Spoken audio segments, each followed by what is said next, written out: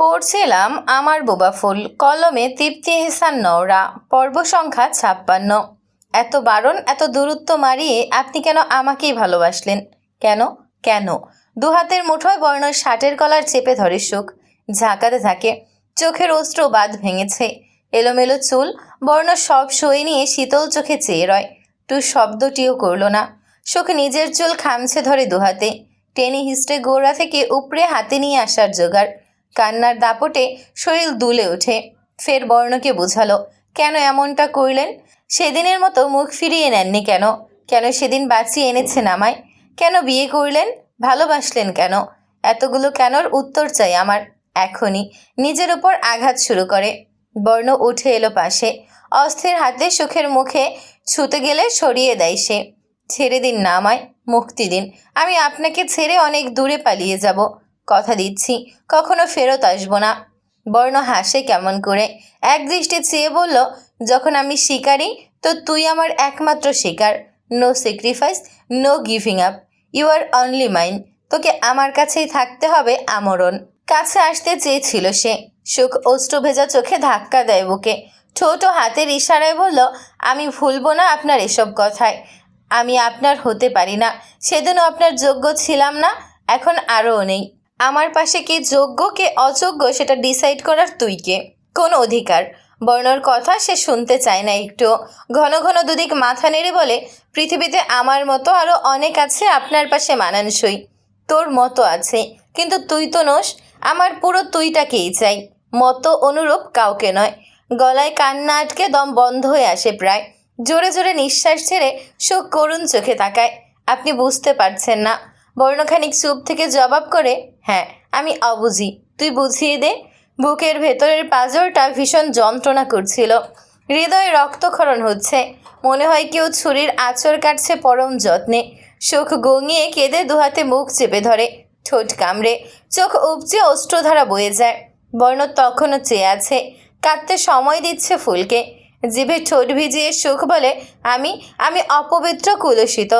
কুঞ্চিত কপাল শিথিল হয়ে এলো বর্ণর।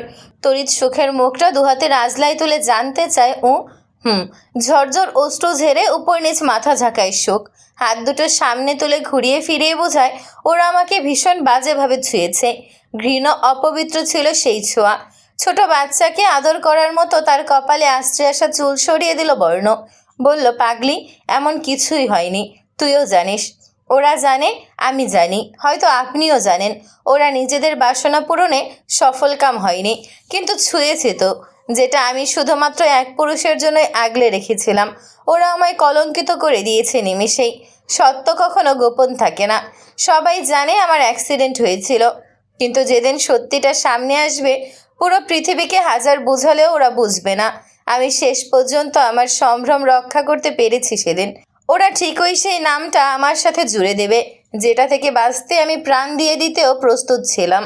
আমাকে স্ত্রী রূপে গ্রহণ করার অপরাধে ওরা আপনাকে প্রশ্ন করবে, হেয় করবে। আপনার নাম যশ এক লহমায় ধূলিসাৎ করে দিতে সময় নেবে না। আমি এটা হতে দিতে পারি না। বর্ণ বাকরুদ্ধ চোখে অনিমেষ তাকিয়ে থাকলো। চোখের সাদা অংশ জোড়া রক্তিম। জেনে শুনে ভালোবাসার মানুষকে অপমান, অপদস্থ জঘন্য প্রশ্নের মুখে ছুঁড়ে ফেলা যায় না। আমি আপনার মতো এতটাও স্বার্থপর নই।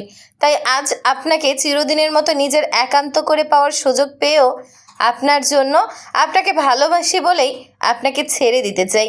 হৃদয়ে তোলপাড় তোলা কথাগুলো জানালো না সুখ। ভেজা চোখে চাতক পাখির মতো বর্ণর প্রশস্ত বুকের দিকে চেয়ে রইল অপলক। খুব ইচ্ছে করছে ওই বুকটাতে মাথা রেখে মনের খোয়াইশ মিটিয়ে অশ্রুপাত করতে। বৃদ্ধাঙ্গুলিতে চোখ মুছিয়ে দিয়ে বর্ণ আচমকা শক্ত করে বুকে চেপে ধরল সুখকে। বিড়বিড় করল, কেউ জানবে না, তারা কেউ বেঁচে নেই, কেউ নেই। ওই ঘটনার দাফন ওখানেই শেষ, পুনরাবৃত্তি হবে না কখনো। সুখ বোধ করি শুনল, অথবা শুনলই না। অনেকক্ষণ চোখ বুজে চুপ করে পড়ে থাকলো বুকে। এরপর মাথা তুলে সরে আসে। বর্ণ ফের মোহিত চোখে সুখের গালে হাত রাখে, আঙুলে ঠোঁট ছুঁয়ে দিয়ে বলে, একবার স্বীকার কর এখনো ভালোবাসিস। বাসি তো, হয়তো নিজের চেয়েও বেশি। প্রিয় পুরুষটিকে জানানো হলো না কথাটা, বরং জানালো, যেখানে আমি নিজেকেই ভালোবাসতে ভুলে গেছি, সেখানে আপনাকে ভালোবাসি কি করে? উপর নিচ মাথা ঝাঁকালো বর্ণ। নো নিড, আমার একাটাই যথেষ্ট হবে। ব্যাস সয়ে নেই আমায়। তড়িৎ গাল থেকে বর্ণর হাত সরিয়ে দিল সুখ। বলল, ছুবেন না আমায়, হাতে নোংরা লেগে অপবিত্র হয়ে যাবেন। অচিরেই চোয়াল শক্ত করে বর্ণ কঠিন চোখে তাকায়। আমায় রাগাস না ফুল, ব্যাপারটা তোর জন্য একটুও সুখকর হবে না। কি করবেন? চোখের পলকে তার শক্তপোক্ত হাতের থাবা এসে গলা চেপে ধরল সুখের।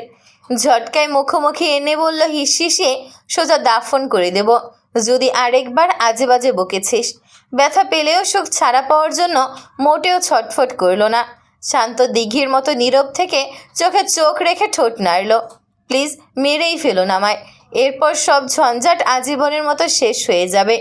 ছেড়ে দেওয়া হয় তাকে। হাত মুঠোবন্দি করে অন্যত্র মুখ ফিরিয়ে রাগ সংবরণের চেষ্টা করে বর্ণ। মস্তিষ্কে যেন লাভা উতলে পড়ছে টকবক করে। গলায় হাত রেখে সুখ কেসে ওঠে, জোরে জোরে নিঃশ্বাস ছাড়ে, এরপর লাজুক লতার মতো গুটিয়ে যায়। বিগত দিনগুলোতে প্রতি মুহূর্তের মতো কল্পিত দৃশ্যটি আজও চোখের সামনে ভেসে উঠল। তার মতো মেয়েকে জীবনসঙ্গী করার অপরাধে পুরো এক সমাজ যারা বর্ণকে ভালোবাসত, সম্মান করত, তারাই আবার হেয় প্রতিপন্ন করছে, ঘৃণিত দৃষ্টি ছুটছে। চোখের সামনে এসব কিভাবে সহ্য করবে সে? এর আগে মরণই সই। ফোন বাজছে, কল এসেছে। বর্ণ কেটে দিল প্রথমবার। চুপসে যাওয়ার সুখের দিকে কোমল দৃষ্টি ফেলে, কাছে এগিয়ে দুবাহু ধরে বলতে নেয়, ফুল, কথায় কথায় শরীর ছুঁয়ে দেওয়াতে ভালোবাসা নিহিত থাকে না, ওটাকে ভোগ বলে। ভোগ করতে চান তো আমায়? নিন, ইচ্ছে মিটিয়ে নিন, কোনো বাধা দেব না আজ। বর্ণ দৃষ্টিরা বোধ করি এক মুহূর্তের জন্য থমকে গেল। বিমোর চোখে তাকালো সুখের নিষ্প্রাণ চোখে। হাত আলগা হয়ে এসেছে ততক্ষণে। ঢোক গিলে ধীরে ধীরে হাত সরিয়ে গুটিয়ে নিল নিঃশব্দে। ফোনে কল এসেছে পুনরায়। কেমন বিমূর্ত চোখে সুখকে দেখতে দেখতে রিসিভ করে কানে তুলে গটগট করে রুম ছেড়ে বেরিয়ে গেল। যাকে কথার বানে সুখ কখনো হারাতে পারেনি, কখনো যে হার মানেনি, আজ সে নিঃশব্দে প্রত্যুত্তরবিহীন হারিয়ে গেল চোখের পলকে। হয়তো কণ্ঠ তার ভাষা হারিয়েছে। শিকদার নিবাসের পাশ ঘেঁষে বয়ে যাওয়া নদীর মতো পিচঢালা রাস্তার একধারে বর্ণর কার, ড্রাইভিং সিটে থম মেরে বসা। ফ্রন্ট মিররে ধূসর কালো মনির চোখ জোড়া দৃশ্যমান হয়। চকচক করছে রক্তিম চোখ দুটো। মাহির নেই আজ। বর্ণ বুকে হাত রাখে। কেমন হাঁসফাঁস লাগছে হৃদয়টা, অশান্ত। সে কি তবে ফুলের আচরণে কষ্ট পেয়েছে? কিন্তু এই অনুভূতি শূন্য পাথর হৃদয়ে দুঃখ কষ্টের উকি দেওয়া বারণ ছিল তো। বর্ণ গাড়ির ড্যাশবোর্ডের স্ক্রিনের দিকে নিষ্পলক চেয়ে থাকে। রুমের ফুটেজে ভাষ্যমান তাতে। সুখ ফ্লোরে লেপ্টে বসে কাঁদছে ফুপিয়ে। হাতের মুঠোয় সেই শোপিস। ভালোবাসার প্রতি লাভাকৃতির পাথরের অভ্যন্তরে তাদের বিয়ের দিনের একটা মুহূর্ত থমকে আছে, যেটা সেদিন অনাকাঙ্ক্ষিতভাবে বর্ণর কাছ থেকে পেয়েছিল ভালোবাসা দিবস উপলক্ষে। পাথরটা বুকে চেপে রেখে ঠোঁট কামড়ে ধরে সুখ। জব জব চোখের পানি গাল বেয়ে অঝরে গড়িয়ে পড়ে। পাঁজরটা ছিঁড়ে যেতে চাইছে যন্ত্রণায়। তার সাথেই কেন এমন হলো? ভাগ্যটা অন্যরকম না হলেও তো পারত। ঢাকা শহরের পুরনো এক বাসিন্দা মোখলেস। সংসারে 3টি ছেলে মেয়ে। বড় ছেলে বিয়ে করে বউ নিয়ে আলাদা থাকে এখন। বাবা মার ভরণ পোষণ নেওয়ার সময় নেই। পথে প্রান্তরে বেলুন বিক্রি করে এবং রিক্সা চালিয়ে বাকি দুটো মেয়ে এবং স্ত্রীর মুখে কোনোরকম দুমুঠো অন্ন তুলে দেন মোখলেস। কখনো কখনো না খেয়েও দিন পার করতে হয়। নিত্যদিনের মতো আজও রাস্তায় বেরিয়েছিল লাঠির আগায় বেলুনের তোড়া গেঁথে। বাতাসে শীত শীত আবহ, অথচ আকাশ থেকে ছিটকে আসা সূর্যের তেজস্বী রশ্মিতে কপাল বেয়ে ঘাম গড়িয়ে পড়ছে। রাস্তার কিনারে দাঁড়িয়ে ইতোমধ্যে কেবল 3টে বেলুনই বিক্রি করতে পারল। এরই মাঝে দুটো জোয়ান ছেলে এলো কাছে। নেহাত মজা করে কথায় কথা বলার ফাঁকে একজন আকস্মাত বেলুন কেড়ে নিতে চায়। মোখলেস তড়িৎ পিছু হটে গেল। এখানে তার সন্তানদের হক গেঁথে আছে। বাড়িতে তেল মরিচ নেই। ছেলেটা ফের দম্ভ দেখিয়ে কেড়ে নিতে গিয়ে ব্যর্থ। নির্মাষ্ঠ কামড়ে পঞ্চাশোর্ধ্ব মোখলেসকে ভয় দেখিয়ে এক সময় হুট করে হেসে ফেলল। মজা করছিল এতক্ষণ। তারা চলে যেতেই মোখলেস রাস্তায় বসে পরনের ফতোয়ার বাহুতে অশ্রুতে ভেজা চোখ দুটো মুছে। নিম্নশ্রেণী দেখেই সবাই এমনই মজা নেয়। এমন অনেকেই তাদের মতো হতদরিদ্রদের বিনোদনের পাত্র বানিয়ে পৈশাচিক আনন্দ পায়। অদূর থেকে দৃশ্যটি প্রত্যক্ষ করে আনমনেই ঝরঝর করে অশ্রু গড়িয়ে পড়ে জেসির। কিছু তিক্ত স্মৃতি কল্পনা করে। পরক্ষণে মাঝ রাস্তায় দাঁড়িয়ে অশ্রু বিসর্জন দিচ্ছে ভেবেই তড়িৎ চোখ মুছে ঘাড় বাঁকিয়ে পাশে তাকালো। দু হাতের শপিং ব্যাগ নিয়ে মেহরাব ভ্রুকুচকে তাকিয়ে মলে এসেছিল তারা। যদিও মেহরাব আসতে চায়নি জেসিকে নিয়ে, মায়েরা বলে কয়ে পাঠিয়েছে। জেসি কিছু বলতে চাইছিল কিন্তু জড়তা কাটিয়ে উঠতে পারছে না। মেহরাব তাকে ইতিউতি করতে দেখে গম্ভীর মুখে বলল, চলো, গাড়ি তো ওদিকে, শপিংও শেষ, আমরা এইদিকে কেন এসেছি? মেহরাব জবাব দিল না, চুপচাপ হাঁটছে। জেসি তার পিছু পিছু। সে খুব চাইছে ডক্টর মেহরাব যেন ওই কাকুর থেকে অন্তত একটা হলেও বেলুন নেয়, তার চাওয়ার পূর্ণতা দিতে। পর মুহূর্তেই হাঁটতে হাঁটতে বেলুনওয়ালার নিকটে চলে এলো দুজন। জেসি মেহরাবের আগেই অমায়িক গলায় বলে, কাকু, বেলুনের দাম কত? বেশি না মাজান, মাত্র 20 টাকা। একটা দিই। কত ভালোবেসে মাজান ডাকলেন তিনি। জেসির মনটা প্রফুল্লে নেচে উঠল। পরে মনে পড়ে তার কাছে তো কোনো টাকা নেই এই মুহূর্তে। আর চোখে মেহরাবের চেয়ে খানিক হেলে গিয়ে ফিসফিসিয়ে বলল, একটা কিনে দিন মশাই, বাড়ি ফিরে ভাইয়ার কাছ থেকে নিয়ে আপনার টাকা আপনাকে ফেরত দিয়ে দেব, প্রিঙ্কি প্রমিস। দাঁতে দাঁত ঘষে মেহরাব চোয়াল শক্ত করল। তার টাকায় 2 হাত ভর্তি শপিং করে এসে এখন 20 টাকা ফেরত দেওয়ার বাহাদুরি দেখাচ্ছে। বাহ, কয়টা বেলুন আছে এখানে? মেহরাবের প্রশ্নে মোখলেস ক্লান্তিময় হাসল। যে বাজান, এখানে মোট 7টা বেলুন, সব কটা দিয়ে দিন। কত টাকা হয়েছে? সব দিয়ে নেবেন? আনন্দে চোখ চকচক করে উঠল তখন। মেহরাব ছোট শব্দে জবাব করে, একটা 20 টাকা কইরা, মোটে 140 টাকা আসে বাজান। 2 হাতের শপিং ব্যাগ, টাকা দেবে কি করে? সব বেলুন নিচ্ছে দেখে জেসি খুশিতে আত্মহারা। ঠোঁটে হাসি চেপে মেহরাবের দিকে চেয়ে আছে ফ্যালফ্যাল। সে বলল, ব্লেজার জ্যাকেটের ভেতর পকেট থেকে ওয়ালেট বের করে ওনাকে টাকা দাও। জেসি থমথমে খেয়ে গেল। আমি? মেহরাবের ধারালো অস্ত্রের মতো চাহনি দেখে আস্তে করে ব্লেজারে হাত রাখে জেসি। পকেট ভেতরে, বুকের কাছাকাছি। হৃদস্পন্দন ছুটছে ক্রমশ। ঢোক গিলে মুখ অন্যদিকে ঘুরিয়ে রেখে ওয়ালেট হাতে নিয়ে 200 টাকার একটা নোট ধরিয়ে দেয় কাকুকে। মাজান, বাকি টাকা না লইয়া যান কই, ওটা আপনার কাছেই রেখে দিন কাকু। কখনো কোনো দিন পথে প্রান্তরে দেখা হলে একটা বেলুন দিয়ে শোধ করে দেবেন না হয়। ফের অস্ত্র হানা দেয় মোখলেসের চোখে। খানিক আগের অস্ত্র আর এই অস্ত্রর মাঝে বিস্তর ফারাক। এটা কৃতজ্ঞতার, খুশির বহিঃপ্রকাশ ছিল। আপনাকে অনেকগুলো থ্যাঙ্কস। ওগুলো তোমার নয়, মিরাভের জন্য। জেসির হাসিটা ধফ করে নিভে গেল। বেলুনগুলো সেও মিরাভের জন্যই নিয়েছে, কিন্তু তাই বলে মুখের ওপর বলে দেবে এভাবে? একটা তুমিও নিতে পারো। কথাটি বললে গাল ছিলে পড়ে যেত লোকটার। জেসি ফ্রন্ট সিটে বসতে বসতে বলল, আপনি একটা কুমড়ো পটাশ। বর্ণ তখন সদ্য ভার্সিটিতে উঠেছে। চোখে পৃথিবী জয় করার এক আকাশ স্বপ্ন। ঢাকা ভার্সিটির আশেপাশে কোনো অ্যাপার্টমেন্টে থাকছে, খাচ্ছে, ঘুরছে ফিরছে। সে ভ্রমণপ্রিয় ছিল খুব। পিকনিক ট্যুর নিয়ে পাহাড় থেকে সমুদ্র, শহর থেকে গ্রাম, দলবল জুট বেঁধে চষে বেড়াতো মাসের অধিকাংশ দিন। প্রাণোচ্ছল প্রাণবন্ত এক আশফিয়ান বর্ণ। অভ্রর মতোই অল্প বিস্তর চঞ্চল স্বভাবের ছিল, তবে বয়সের পরিক্রমায় খানিকটা গম্ভীর ভাবও পরিলক্ষিত। দ্রুতই যে কারো সাথে সখ্য গড়ে তোলার বিশেষ গুণ তার চরিত্রে বিদ্যমান। এমনই একদিন নাফিজ নামের একটা ছেলের সাথে অল্প সময়েই বন্ধুত্বপূর্ণ সম্পর্ক গড়ে ওঠে। নামটা বাংলাদেশি হলেও ছেলেটা অদ্ভুত দেখতে, সবার চেয়ে আলাদা।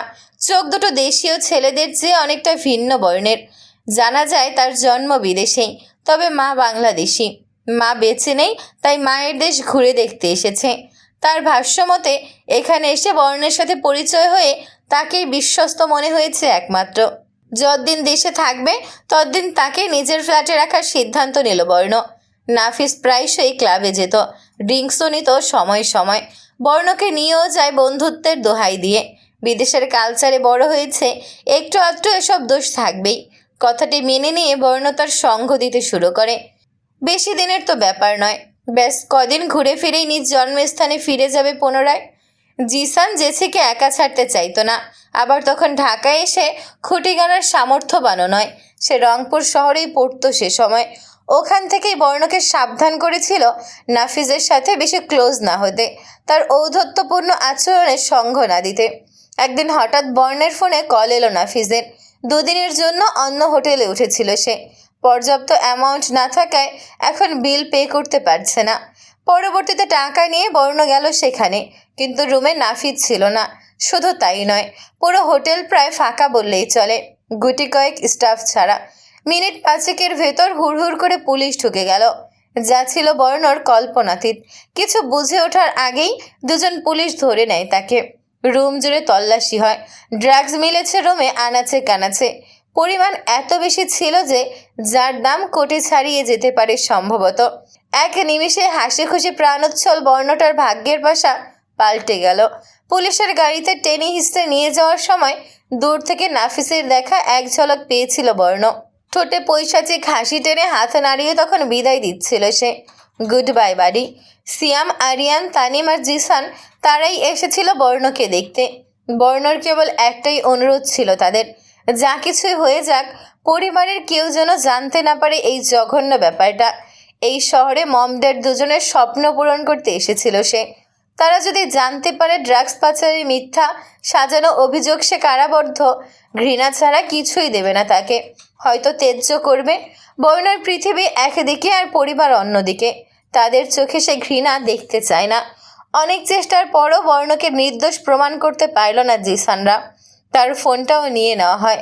নেওয়ার আগে বাড়িতে একটা ছোট্ট মেসেজ পাঠাতে পেরেছিল কেবল, আমায় খোঁজো না ডেড, আমি ফিরবো একদিন। বর্ণকে রাখা হলো অন্ধকার কুঠুরিতে, যেখানে সূর্যের আলো পৌঁছানো বারণ। পরিবার, বন্ধু বান্ধব, আলো বাতাস ব্যতীত নিঃসঙ্গ একাকী অন্ধকার ছোট্ট ঘরটায় প্রতিটি মুহূর্ত, প্রতিটি সেকেন্ড এক একটা যুগের নেয়। উপরন্তু রোজ নিয়ম করে দুবার মোটা লাঠির আঘাত পড়ত পিঠে। কোন দোষে কিসের শাস্তি তা জানানো হতো না। সময়ের পর সময় অতিবাহিত হওয়ার সাথে সাথে বর্ণর মাঝে পরিবর্তন আসে। চোখের চাহনি, মুখের কোমলতা লোপ পেয়ে রূপ নেয় গম্ভীর, অনুভূতি শূন্যের মতো। সময় এমনও গেছে যে স্বেচ্ছায় দেয়ালে ঘুষি মেরে নিজেকে নিজে রক্তাক্ত করত। লাঠির আঘাতগুলো তাকে প্রথমের মতো আর কাবু করতে পারে না ঠিকই, কিন্তু এই অত্যাচার, এই অন্ধকার, এই একাকিত্ব মস্তিষ্কের প্রতিটি কোষে হিংস্রতার অন্য এক বর্ণকে তৈরি করতে সাহায্য করেছে নিঃসন্দেহে। এরপর একদিন নিয়মকার মতো পিঠে লাঠিকাঘাত পড়েছিল, অথচ বর্ণর প্রতিক্রিয়া নির্বিকার। এমনভাবে শান্ত হয়ে দাঁড়িয়ে রইল যেন তাকে মারছে না, বরং মালিশ করে দিচ্ছে। পুলিশ টুপি পাষণ্ডটা ক্লান্ত হয়ে গেল। এরপরও বর্ণকে নিরুত্তাপ রেগে গেলে চর বসাতে চাইলে প্রথমবারের মতো বর্ণ হাত বাড়ালো লোকটার গলায়। টুটি এমনভাবে চেপে ধরল যে লোকটার শ্বাসরুদ্ধ হয়ে এলো প্রায়। কোনো রকম প্রাণ হাতে নিয়ে বেঁচে পালিয়েছিল সেই সময়। পরদিন তো অর্ধমৃত করে ছেড়েছিল। এরপর থেকে আর কেউ তাকে আঘাত করতে আসার সাহস দেখায়নি। দু ওয়াক্ত খাবার দিত, তাও দূর থেকে। এমনইভাবে অন্ধকার কুঠুরিতে আলো বাতাস গায়ে না মাখিয়ে একদিন নয়, দুদিন নয়, প্রায় 1.5 বছর আটকে রাখা হয়েছে তাকে। আদৌ সে জানতো না ওটা কারাগার ছিল কিনা। অমানিসা কাটানো প্রতিটি মুহূর্তের এক একটি দৃশ্য চোখের সামনে আজও ভাসছে বর্ণর। মস্তিষ্কের নিউরনে নিউরনে বিস্ফোরণ ঘটছে যেন। হাতে আগুনের মশাল নিয়ে ধীর পায়ে এক দুপা এগোলো সে। মুক্তির পর নাফিসকে অনেক খোঁজার পরও দেখা মেলেনি। তার সব ডিটেলস মিথ্যে ছিল। পরবর্তীতে ইনফরমেশন আসে দেশে বিদেশে সে বিভিন্ন ভিন্ন ভিন্ন নামে পরিচিত। তার মধ্যে একটা নাম জোসেফ জোয়ারদার। জোসেফ জোয়ারদার। এক হাতে আগুনের মশাল রেখে বর্ণ অপর হাতটা সূক্ষ্ম মনোযোগে ঘুরিয়ে ফিরিয়ে দেখে। জীবনের প্রথম তার শুষ্ক পবিত্র হাতটা সেই ব্যক্তির কলিজার রক্তেই রঞ্জিত হয়েছিল, যিনি খুব দম্ভের সাথে সেদিন জজের দায়িত্ব পালন করে তার শাস্তির রায় শুনিয়েছিল। জজ ইন্দ্রজিৎ মার্কর বাচ্চার অন্তিম আকুতি, হাহাকার, প্রাণ হারানোর আর্তনাদ সফট টিউনের মতো পৌঁছেছিল কর্ণকৌঠরে। কি যে শ্রুতিমধুর ছিল! চুকচুক শব্দ করে ধফ এই হাতের মশাল ওই হাতে পার করল বর্ণ। জোসেফের কাছাকাছি গিয়ে উপর নিচ পরখ করল। এখন খানিকটা সুস্থ দেখাচ্ছে জোসেফকে। মূলত পুনরায় নতুন করে যন্ত্রণা দিতে সুস্থ করা হয়েছে। প্ল্যান চেঞ্জ করেছে বর্ণ। একেবারে মারা যাবে না তাকে। সুস্থ করবে, ফের টর্চার, এরপর আবার একটু সুস্থ করবে, তারপর আবার নতুন টর্চার। বিশ্বাস ভঙ্গ, 1.5 বছরের দুঃস্বপ্নময় অন্ধকার জীবনের এক এক মুহূর্তের শোধ তুলবে। শোধ। মশালের আগুনের ওপর জোসেফের হাতটা সন্তপনে তুলে ধরল বর্ণ। ব্যথায় যন্ত্রণায় সে দাঁতে দাঁত চেপে থাকে। বর্ণর সামনে নত স্বীকার করা যাবে না, তবে সিদ্ধান্তে বেশিক্ষণ স্থির থাকতে পারে না। চেঁচিয়ে উঠল, না তুই সেদিন ফ্রেন্ডশিপ পাতাতে আসতি, না বিশ্বাসঘাতকতা করতি, না আমার জীবনের 1.5 বছর অন্ধকারে তলিয়ে থাকতো, না আমার ফুলের গায়ে কলঙ্ক লাগতো, না ও দুঃখ পেত, না আমি, আর না আজ এখানে তুই আমি হার জিত হয়ে মুখোমুখি দাঁড়াতাম। তোর সাথে আমার কোন শত্রুতা ছিল? ছিল বলে তো মনে পড়ে না। চল আজ বলেই ফেল, কোন হিসেবে, কোন বাহানায় এই হাইড অ্যান্ড সিক খেলায় মেতে উঠেছিস?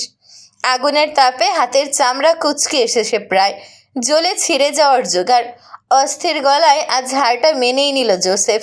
বলছি আগুন সরিয়ে নে প্লিজ।